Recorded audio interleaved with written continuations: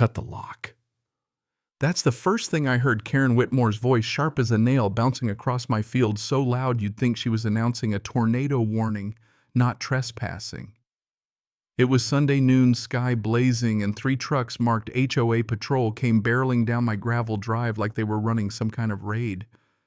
I remember standing there on my porch, dust swirling, tools still in my hand, watching this whole suburban circus trample across my property as if they owned the place. Karen, her face cherry red, white blazer practically glowing, pointed at me like she was about to call in an airstrike and yelled, "This area is under HOA inspection." I just shook my head and said, almost under my breath, "You sure you're in the right jurisdiction?" Now what she didn't know, and here's where the whole thing gets good, was that Sheriff Tom Brown, my old friend, was sitting at my kitchen table halfway through his morning coffee, 50 feet away, unbothered. See, Karen and her patrol weren't just stepping over a property line, they were about to trip into something a whole lot bigger than a backyard squabble. Let me back up a sec. You ever think living next to an HOA would be peaceful? Neat lawns, quiet nights, neighbors who wave. I did too once. That was before Karen showed up. Bought my land, 20 acres, 15 years ago, right outside the border of Cypress Ridge Estates. Built the farmhouse, the barn, planted corn, kept a couple of horses. Out here, you make your own rules. No board meetings, no color-coded mailboxes, just quiet. But then Karen moved in, made herself HOA president by her second month, and well, the rest is a highlight reel of petty nonsense. You know, the type always in a blazer, clipboard welded to her hand, convinced the world runs better when she's in charge. The first time she came by, she told me the smell of my horses was offensive to the community. I laughed. "Ma'am, that's nature you're smelling." She didn't get the joke. From that day, it was war letters in my mailbox about unauthorized livestock, visual pollution, because my barn wasn't beige fines printed on Canva, official-looking seals that wouldn't fool a preschooler. I called the county. They laughed even harder than I did. I was zoned agricultural. HOA had no say. Not now, not ever. But Karen doesn't lose gracefully. She came back with 2 of her patrolmen to photograph my fence, claim it was non-compliant. I told them to leave or I'd call the sheriff, so I did. Tom Brown, big guy, calm voice, more sense in his little finger than Karen's whole board. He shows up, looks at her paperwork, hands it back, and says, "Ma'am, this isn't worth the paper it's printed on." From that moment, I swear she decided the sheriff was my co-conspirator. Now, maybe most folks would have given up, but not Karen. She started spreading rumors, telling the neighbors I was running a junkyard, growing illegal substances out back, you name it. Some folks believed her, most just rolled their eyes. But she built herself a little HOA army of folks who liked feeling important, clipboards, safety vests, all of it. Then one Friday, Tom calls, needs a quiet place to park an unmarked car, says he's got an investigation going. Of course, I offer the guest house by the barn. Didn't even think about it. That same afternoon, I see Karen driving past real slow, snapping pictures. She must have spotted Tom's vehicle next day. There's a notice on my gate. Emergency HOA safety inspection cooperation required. I actually laughed, but deep down I knew she was about to do something dumb. So I checked my cameras, make sure everything's rolling, even point one straight at the gate. That evening, Tom sees the notice and just shakes his head. "She's really asking for it," he says, sipping his coffee. I tell him, "Yeah, but this time maybe she'll get it." Little did I know the real fireworks were less than 24 hours away. Sunday rolls around. It's high noon. Why do these things always happen at high noon? Like a Western. I hear the rumble of engines step outside, and there they are. 3 white pickups, HOA stickers slapped on the doors like it makes them official. Karen in the front seat, sunglasses on, hair perfect, holding a binder thick enough to stop a bullet. She steps out and yells across the field, "Mr. Thompson, this is an official HOA inspection." Neighbors gather along the fence filming like it's the 4th of July parade. My dogs are barking, the wind's picking up, and all I can think is, she wants an audience. "Karen, you're trespassing," I say, calm as can be. She ignores me, waves her crew forward. "Record everything. They fan out clipboards and cameras in hand, acting like they're about to find Jimmy Hoffa buried under my barn. Stan, her husband, bless him, marches up with bolt cutters, glancing back nervously. Karen barks, "Cut it." He hesitates. "Cut it." "Stan," and with a twist and a snap, my lock drops to the dirt. She wheels around. This property is under HOA inspection, now eyes gleaming with victory. I just lean back, smile. Is that so? She threatens to call the authorities, and I have to bite my tongue not to laugh. And that's when the real authorities make their entrance. Sheriff Brown steps out of the guest house, full uniform, badge shining, all 6'2" of him, backlit in the barn door like some kind of old-school movie hero. Everything stops. Karen's jaw actually drops.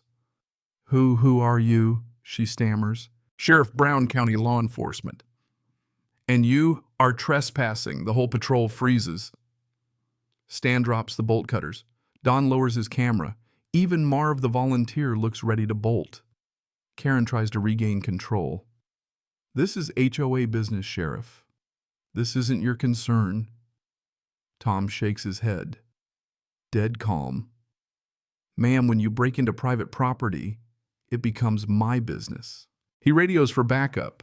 "You can feel the shift now. She's trapped in the spotlight. Her own neighbor's recording everything. You broke a lock with bolt cutters. What did you think would happen?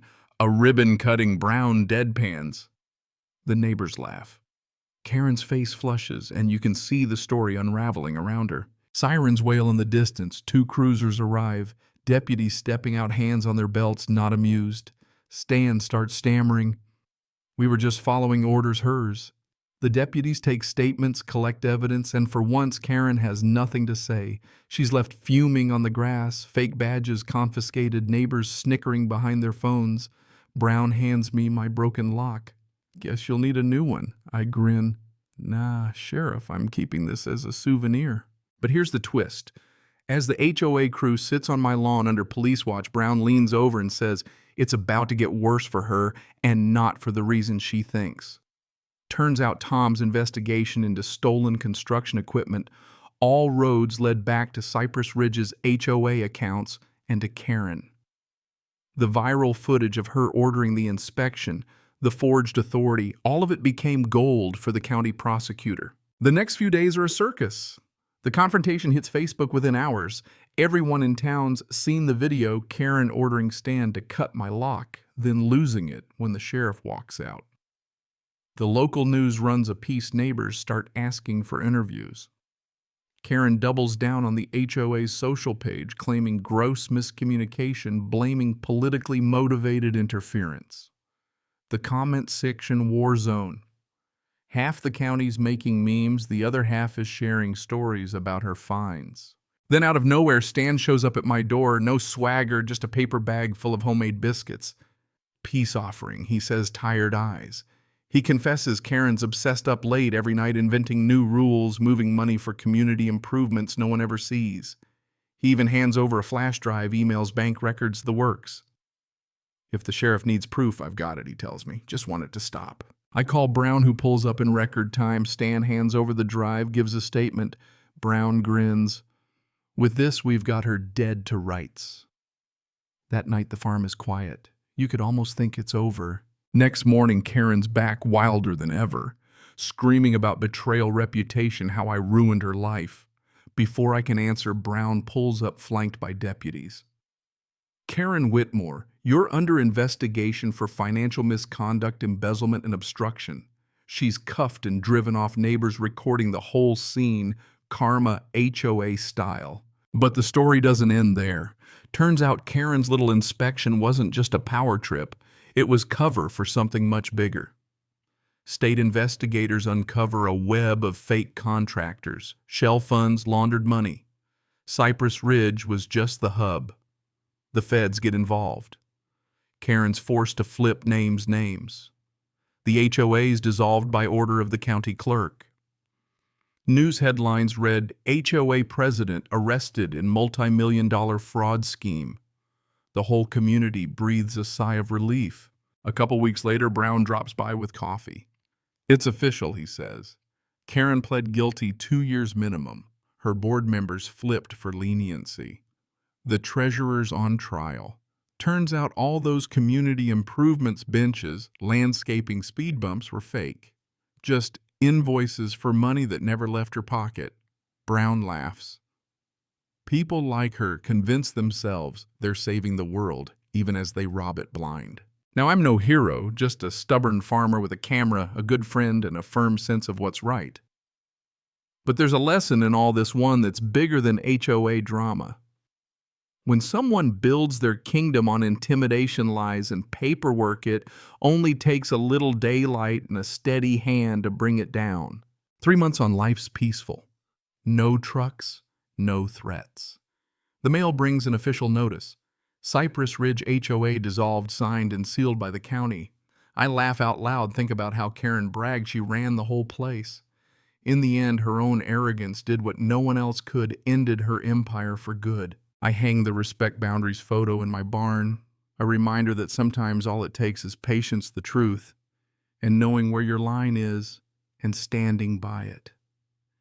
So tell me, what would you have done if a Karen tried to storm your peace?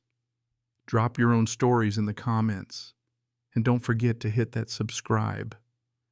Out here, justice might take the scenic route, but it always finds its way home.